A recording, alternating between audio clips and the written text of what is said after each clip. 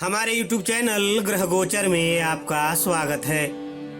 इस चैनल के माध्यम से हम सनातन धर्म और संस्कृति से जुड़ी महत्वपूर्ण जानकारियां आप तक पहुंचाते हैं, तो हमारे चैनल को सब्सक्राइब कीजिए और रोचक जानकारियों का आनंद उठाइए। आज हम बात करेंगे परशुराम जयंती की। परशुराम जयंती यानी भगवान विष्णु के छठे अवतार भगवान परशुराम का जन्मोत्सव। वैसे तो हर वर्ष अक्षय तृतीया और परशुराम जयंती एक ही दिन मनाई जाती है, लेकिन इस बार स्वयं सिद्ध मुहूर्त अक्षय तृतीया से एक दिन पहले भगवान परशुराम की जयंती मनाई जाएगी। परशुराम जयंती और अक्षय तृतीया अलग अलग पंचांगों में अलग अलग दिन बताई गई है। मान्यता है कि भगवान परशुराम का जन्म वैशाख मास के शुक्ल पक्ष की प्रदोष व्यापिनी तृतीया तिथि में हुआ था।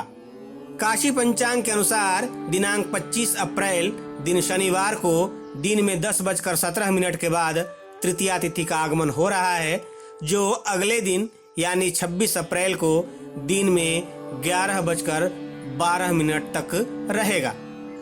इस तरह दिनांक 25 अप्रैल दिन शनिवार को ही प्रदोष व्यापिनी तृतीया तिथि है।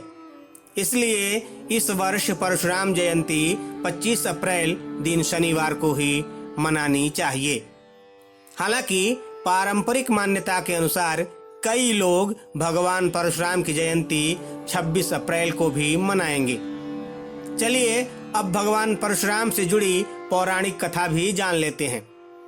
भगवान परशुराम को विष्णु जी का छठा अवतार माना जाता है। पौराणिक कथाओं के अनुसार उनका जन्म पुत्रेष्ठ यज्ञ से हुआ था। वे ऋषि जमदग्नि और माता रेणुका के पुत्र हैं। ऋषि जमदग्नि सप्त ऋषियों में से एक हैं।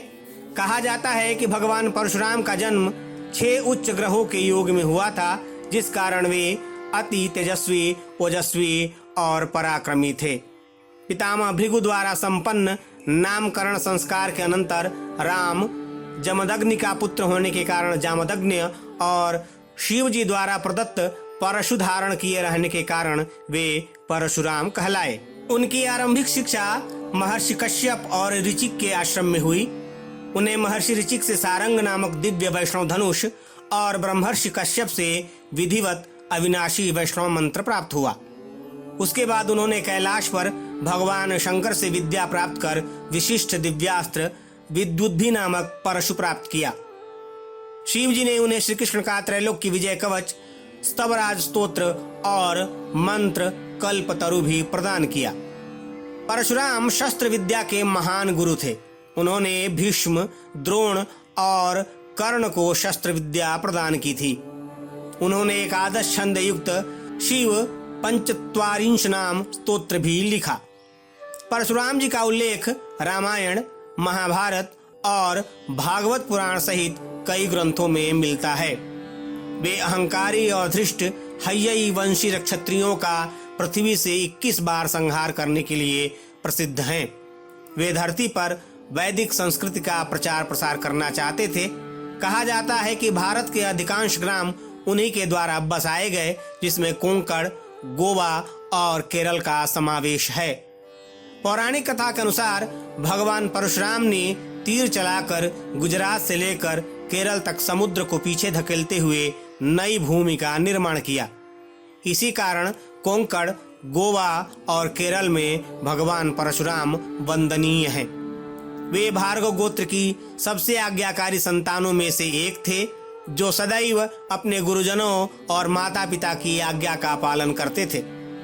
एक बार अपने पिता की आज्ञा पर उन्होंने अपनी माता का सिर काट दिया था और बाद में मां को पुनः जीवित करने के लिए उन्होंने पिता से वरदान भी मांग लिया था।